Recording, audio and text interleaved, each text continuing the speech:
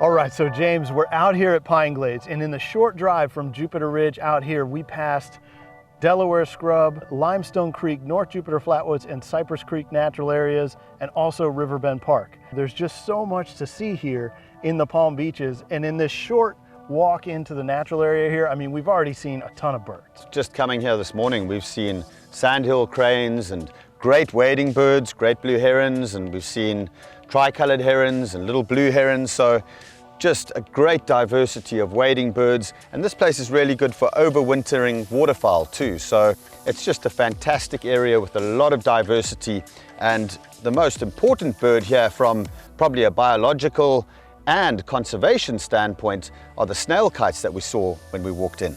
Right, absolutely, and we can see here on the ground why these snail kites are here. I mean, the ground is just littered with these apple snails, and this is the main prey item of the snail kites and also the limpkins that are out here as well. And like I said, the shoreline is just littered with these things, so we can tell just how productive this habitat is.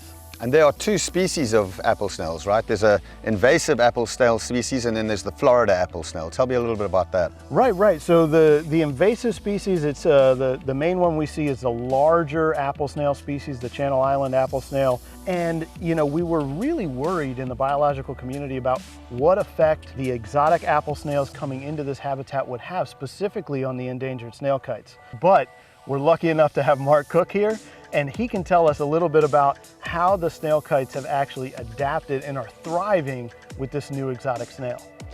Well, stick with us, because on our way in here, we came across Mark Cook on his day off, and he's here to tell us a little bit more about these snail kites and how important they are to this fragile ecosystem.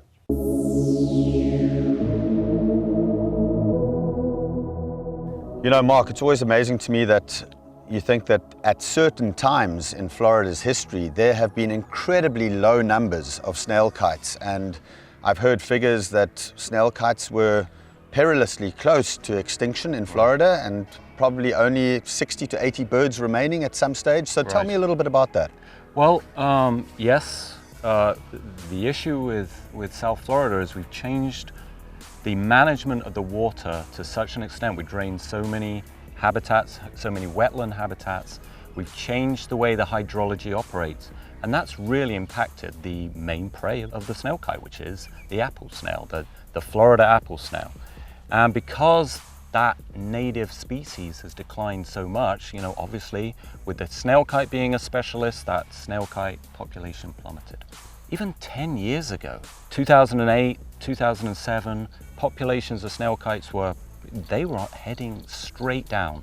We were really worried that we were actually going to lose them from South Florida. But this exotic species of apple snail, their populations expanded considerably, and literally it was the lifesaver for this endangered species we have, the snail kite. Really what we want is to restore wetlands to get the native species back.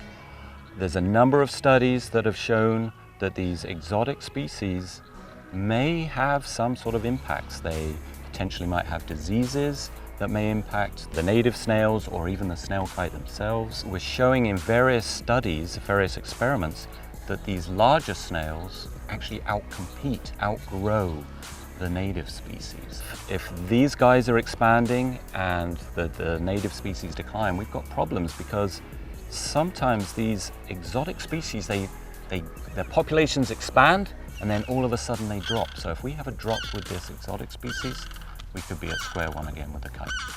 Absolutely, and you know, we're talking about a species here that has evolved to feed on a niche in the environment on one particular species, the apple snail. So when you look at a snail kite and you look at its bill, it's got that down curved bill, and when you watch them feeding, it's absolutely fascinating, because they'll pick up a snail from the surface of the water and they'll take it to a perch, and then they will shuck the inside of that snail with that incredibly well designed bill to pull out the meat inside that snail. And it's a fascinating process to watch, and it really is amazing that these two species, the survival of these two species, is so dependent not only on the water levels in Florida, but also on each other.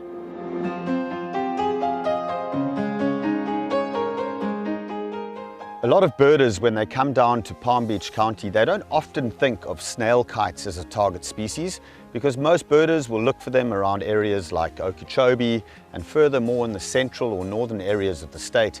But right here in Palm Beach County, you have some fantastic habitat for snail kites. And I think we've got one right here, Mark. Yes, we've got one right up in these trees up here.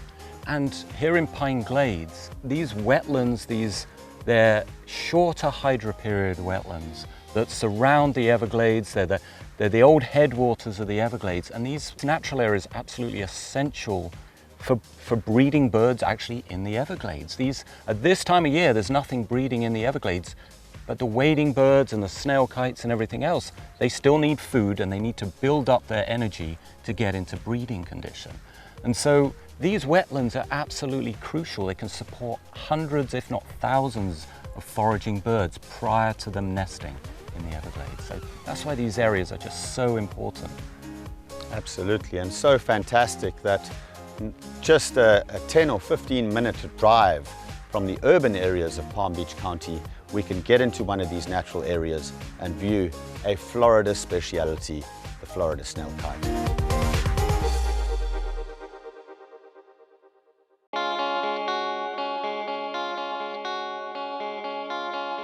Now, these ephemeral wetlands are not only important for birds, but a whole diverse variety of other wildlife, like bobcats.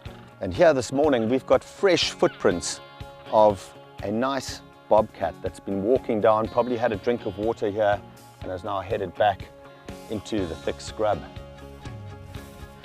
So we're still in Pine Glades, and we're about a mile down south of the parking lot here. I left James and Mark, they're locked in on the snail kite up north. But I wanted to come down here and highlight this habitat here, this low grass and low palmetto and scattered pines. And this is a great spot to come and look for the northern bobwhite. So bobwhites used to be really numerous here in South Florida all throughout the state. But FWC is actually asking the public to report sightings now because their range has contracted so much. And the reason for that, in large part, is fire suppression. So the actual fact that we are reintroducing prescribed fire here on our natural areas, this land here we're standing in did not look like this 10 years ago. It was grown up, bushes all over the place, palmettos, but with the reintroduction of fire and management, we have this low grass here and low palmetto habitat that the bobwhites love. And now this is one of the best places and most consistent places where you can come out in the springtime and hear these birds, and if you're lucky, even see one.